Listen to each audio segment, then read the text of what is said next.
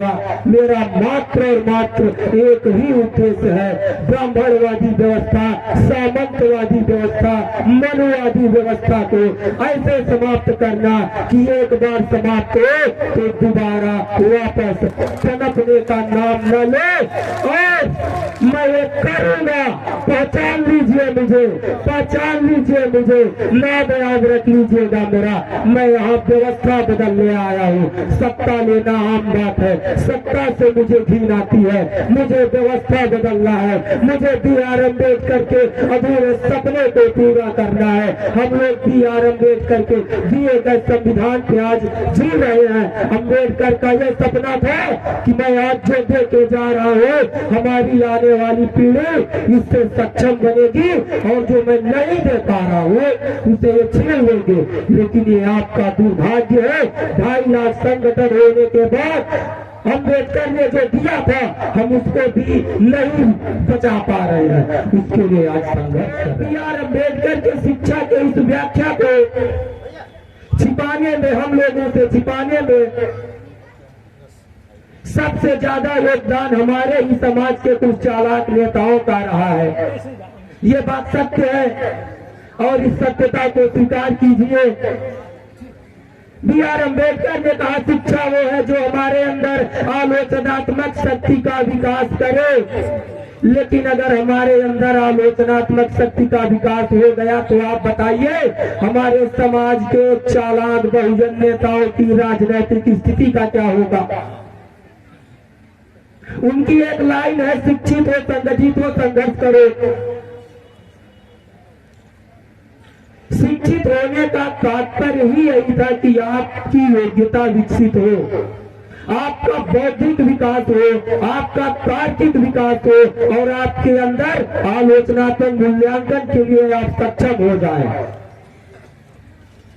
लेकिन इस वाक्य का, इस बहुमूल्य शक्तिशाली वाक्य का सत्यानाश हो गया। अलग अलग लोगों ने, अलग अलग संगठनों ने, अलग अलग नेताओं ने इस वाक्य का सत्यानाश ही बिल्कुल पूरी तरह इस वाक्य को दूषित हैं, ऐसी बातें करते हैं जो आप और हम सुनना चाहते हैं। और आज से नहीं हो रहा है, आजादी के बाद से ही हो रहा है। और यही कारण है कि बातें लगातार हो रही है, लेकिन समाज में व्यवहारिक परिवर्तन अभी भी नहीं हो रहा है। अभी भी हम परिवर्तन को भविष्य की इच्छा मानते हैं कि भविष्य में परिवर्तन होगा।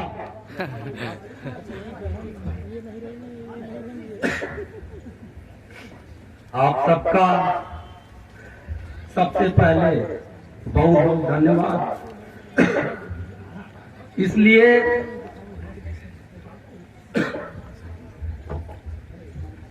आज के इस पाखंडवादी दौर में आप लोगों ने अगर अपना बहुमूल्य समय निकाला है तो आप लोग निस्संदेह धन्यवाद के पात्र हैं।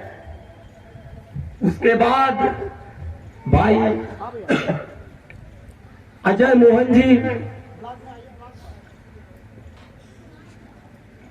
इन्होंने इस क्षेत्र में भारतीय समाज के आधारभूत ढांचे में परिवर्तन लाने के लिए जो आंदोलन शुरू किया है उसके लिए बहुत बहुत धन्यवाद। आज इस कार्यक्रम का जो मुख्य विषय है, एक राष्ट्र एक शिक्षा,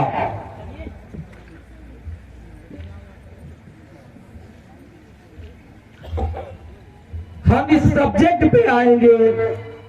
लेकिन इससे पहले मैं आप लोगों से एक बात पूछना चाहता हूं कि आप लोग हमसे क्या सुनना चाहते हैं। 2 चीजें हैं, एक जो आप सब सुनना चाहते हैं, जो आप सब सुनने के आदी हैं, जो आप सबको सुनने में अच्छा लगता है, लेकिन उन बातों का व्यवहार में कोई मूल्य नहीं होता। दूसरी बात, जो बातें व्यवहारिक है, जो बातें सत्य है और जो जिन बातों को व्यवहार में चरितार्थ किया जा सकता है, लेकिन वो बातें सुनने में थोड़ा ठीक नहीं लगती।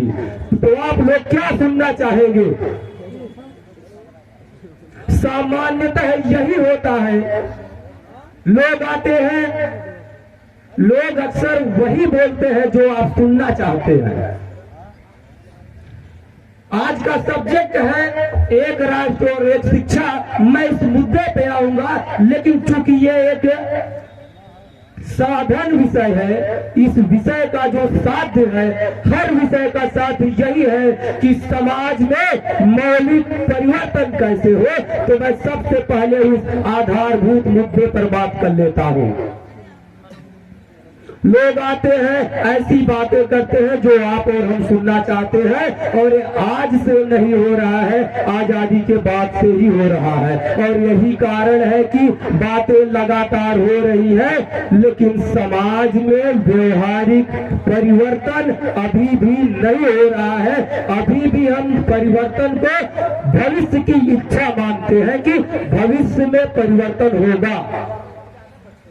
तो मैं यहाँ पे सिर्फ व्यवहारिक बातें ही रखूंगा, आप लोगों को शायद अच्छी न लगे। बात हो रही है एक राष्ट्र और एक शिक्षा की।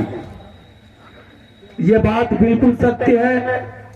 एक ही राष्ट्र में रहने वाले, एक लोकतांत्रिक राष्ट्र में रहने वाले देश में अगर दोहरी शिक्षा व्यवस्था है तो ये सरासर लोकतंत्र की धज्जी उड़ाने जैसा है। लेकिन ये विषय एक राष्ट्र एक शिक्षा, मेरा मानना है कि इस विषय से पहले एक विषय और होना चाहिए।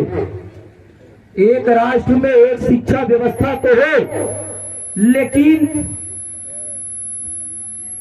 उस राष्ट्र में क्या शिक्षा दी जाएगी, शिक्षा का निर्धारण करने में हमारा भी नियंत्रण होना चाहिए। अगर हमारा नियंत्रण नहीं है तो भले भारत में एक राष्ट्र एक शिक्षा लागू हो जाए।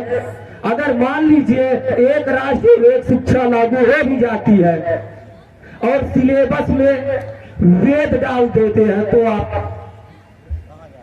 अगर वेद डाल दिया गया, गीता डाल दी गई, महाभारत डाल दिया गया और बोल दिया गया कि अब ये पूरे राष्ट्र में सबके लिए है, तो हमारा ये कहना है एक राष्ट्र एक शिक्षा हो। लेकिन हमारी ये मांग है कि इस राष्ट्र में शिक्षा का निर्धारण करने में 85% बहुजन समाज का भी भागीदारी होनी चाहिए।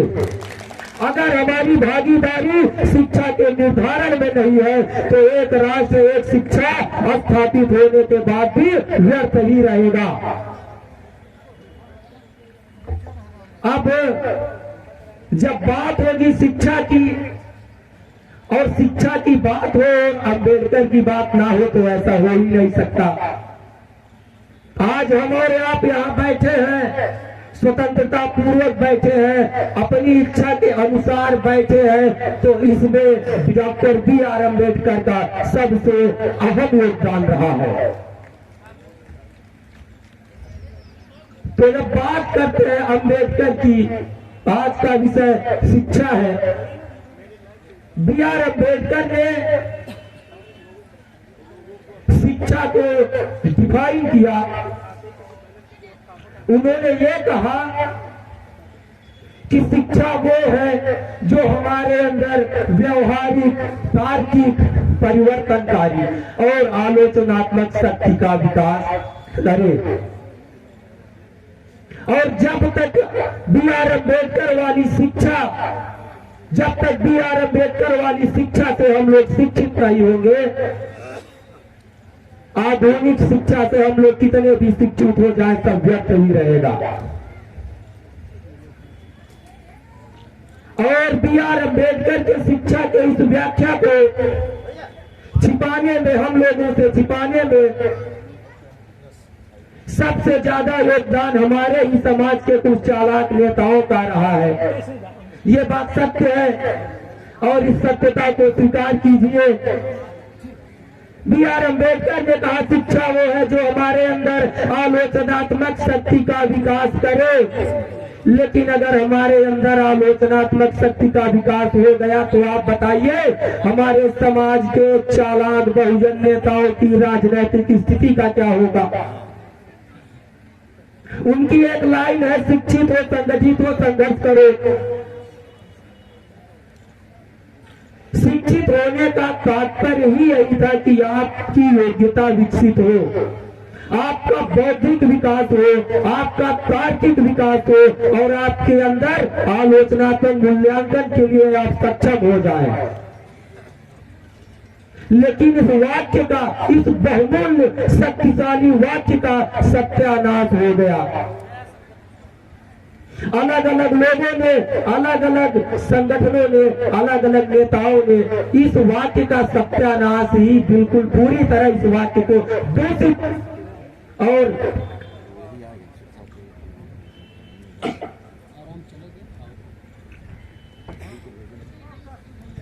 बात है समाज के आधारभूत व्यवस्था में किस प्रकार से परिवर्तन लाया जा सकता है।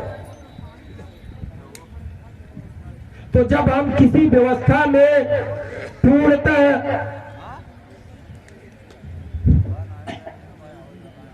बदलाव की बात करते हैं तो सबसे पहले उसका आरंभ होता है, हमें खुद का आलोचनात्मक मूल्यांकन कर लेना चाहिए।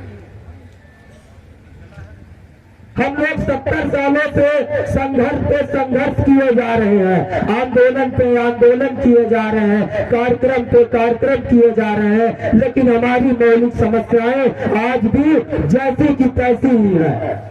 तो सबसे पहले हमको अपने आप का मूल्यांकन, हमको देखना चाहिए कि हमसे कहां पे गलतियां हुई। और वो गलती ये है कि हम लोग शिक्षित नहीं हुए और शिक्षित न होने की वजह से हमारे ही समाज के कुछ लोग, कुछ चालाक लोग आते हैं बी आर अम्बेडकर के नाम पे, हमारे समाज के महापुरुषों के नाम पे हमको फुसलाते हैं, बहलाते हैं, हमारे भावनाओं से खेलते हैं और वो बोलते हैं कि हम समाज में परिवर्तन लाएंगे। लेकिन वो सांसद, विधायक बन जाते हैं, मुख्यमंत्री बन जाते हैं और हमारा समाज जहां था आज भी वही है। तो आप लोगों से मेरा ये निवेदन है, मैं किसी संगठन की आलोचना बिल्कुल भी नहीं करना चाहता, लेकिन मुझे दुख होता है। एक समय था जब मैं भी संगठनों का ही हिस्सा था, लेकिन जब मेरा बौद्धिक विकास हुआ, अध्ययन किया हमने, अब चीजें मुझे साफ साफ दिखाई देती है और जब मुझे सत्यता दिखती है तो मुझे दुख होता है और मुझे मजबूरन आलोचना पे आना पड़ता है। आप लोग, मैं अपना व्यक्तिगत अनुभव दे रहा हूं, आप लोग एक रोटी कम खाइए, एक टाइम खाइए, कुछ भी हो, कुछ भी करना पड़े, लेकिन अपने आने वाली पीढ़ी को शिक्षित जरूर कीजिए। शिक्षा ही वो है, सिर्फ और सिर्फ शिक्षा है जो आपके वर्तमान स्थिति को बदल सकती है। इसके अलावा न कोई नेता, न कोई पार्टी, न कोई संगठन, ऐसा कोई नहीं है जो आपकी स्थिति बदल दे। और एक चीज आप लोग याद रख लीजिए, आप लोग इन नेताओं, पार्टियों, संगठनों के लिए साधन है। आप लोग साधन हैं, हम सब साधन हैं। यहाँ जितने शोषित हैं सभी मात्र और मात्र साधन है। साधन का मतलब उनके उद्देश्यों की पूर्ति के साधन है। समस्या आपकी है, समाधान आपको करना पड़ेगा, एक एक व्यक्ति को समाधान करना पड़ेगा। अपने भोजन को कम कीजिए, अपने वस्त्रों को कम कीजिए, अपने बेफजूल खर्चों को कम कीजिए और अपनी शिक्षा को मजबूत कीजिए। इसके अलावा परिवर्तन न हुआ था न होगा। मत रखिए उम्मीद, परिवर्तन चाहते हैं तो परिवर्तन अपने आप से शुरू कीजिए। अगर आप किसी पे भरोसा रखते हैं, अरे इतिहास उठा के देखिए, हमारी बात मत मानिए, इतिहास उठा के देखिए। हमारी ये पीढ़ी पहली पीढ़ी नहीं है जो सामाजिक परिवर्तन की बात कर रही है। हमसे पहले अनगिनत लोग आए जिन्होंने किया भी, लेकिन आप मूल्यांकन कीजिए, क्या 70 सालों में ऐसा परिवर्तन हुआ जैसा होना चाहिए था? क्यों नहीं हुआ? एक चीज हम आपको बता दें, हालांकि ये बात यहाँ बोलने के लिए तो नहीं है, लेकिन बता दे आप लोगों के लिए ये बात इम्पोर्टेंट है, आपको जानना चाहिए। एक बात याद कर लीजिए, भूलिएगा मत, अगर कोई भी राजनेता है, और मैं जो कहता हूँ भूल के कहता हूँ, अगर कोई राजनेता है तो उसके मात्र और मात्र दो ही उद्देश्य होते हैं। पहला, अगर वो सत्ता में नहीं है तो उसका उद्देश्य होगा कि वो सत्ता में कैसे आए, और अगर वो सत्ता में है तो उसका उद्देश्य होगा कि सत्ता में कैसे बना रहे।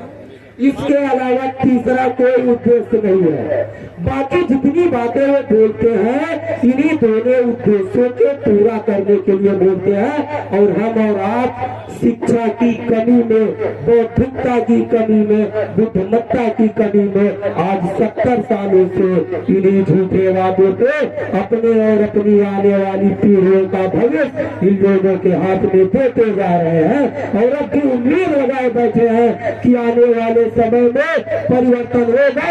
सच तो ये है कि यहाँ पे कोई ऐसा संगठन नहीं है जिसका उद्देश्य वास्तविक व्यवस्था परिवर्तन करना हो। सभी के अपने व्यक्तिगत उद्देश्य है, सभी के अपने व्यक्तिगत उद्देश्य है। और एक दो जो संगठन है जो चाहते हैं कि व्यवस्था परिवर्तन हो, सत्य तो ये है कि उनको व्यवस्था परिवर्तन का मार्ग ही नहीं पता है, वो बस आगे चले जा रहे हैं, चले जा रहे हैं। और वो इसलिए क्योंकि देखिए भैया, दो चीजें होती है, एक सत्ता और एक व्यवस्था।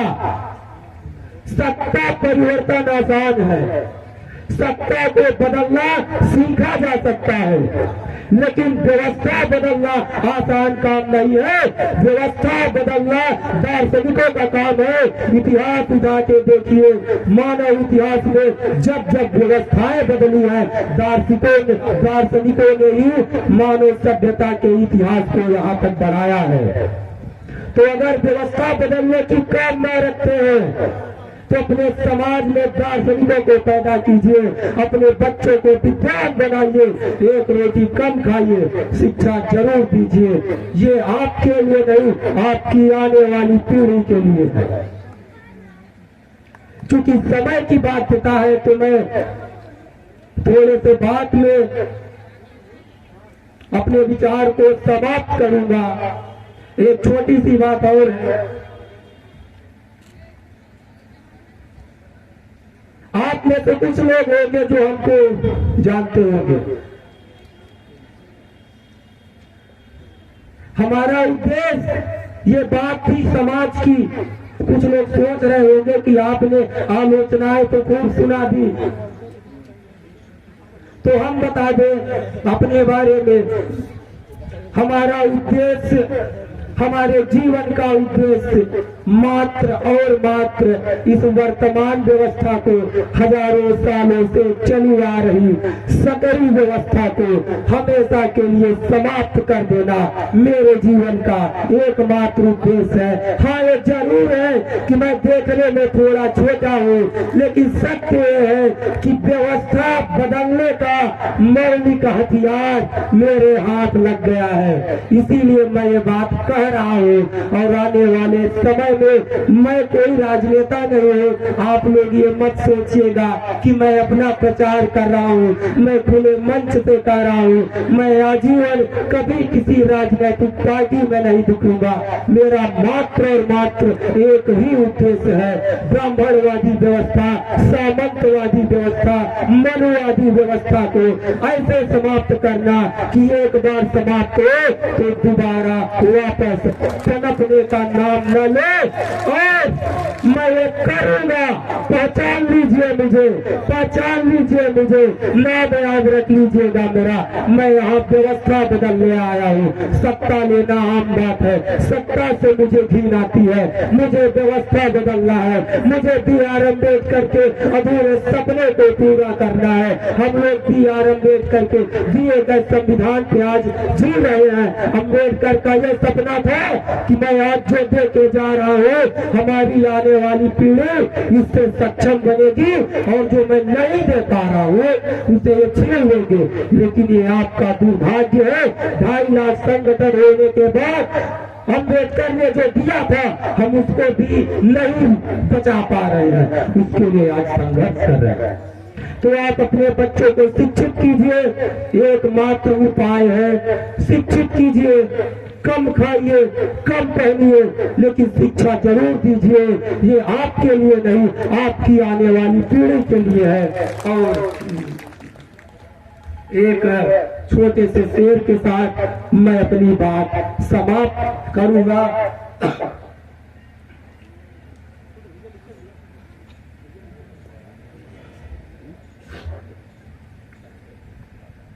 ये हमने सीखा था कि बहुत हुआ मानवता ने कीनत, शक्ति को शस्त्र बनाऊंगा। जो हुआ नहीं कभी भूतकाल में, करके उसे दिखाऊंगा। मानवता भी विफल हुई जो समता के युग को लाने में, मैं शक्ति से मानवता रचकर समता के युग को लाऊंगा। आजाद भगत सा जज्बा है, आजाद भगत सा जज्बा है, और साक्य मुनि सा चिंतन है। कौटिल्य की जैसी कूटनीति है, शक्ति प्रतिभा का संगम है। जिन पन्नों में तुम सार्थक हो, जिन पन्नों में तुम सार्थक हो, वो किताब बदलने आया हूँ। शुभम निगम है नाम मेरा, मैं इतिहास बदलने आया हूँ, मैं इतिहास बदलने आया हूँ। और इन्हीं शब्दों के साथ मैं अपने वाणी को विराम दूंगा। क्रांतिकारी जय भीम, जय संविधान, जय राष्ट्र, जय भारत। बहुत बहुत धन्यवाद आदरणीय शोध छात्र शुभम निगम जी, मैं आपका हार्दिक स्वागत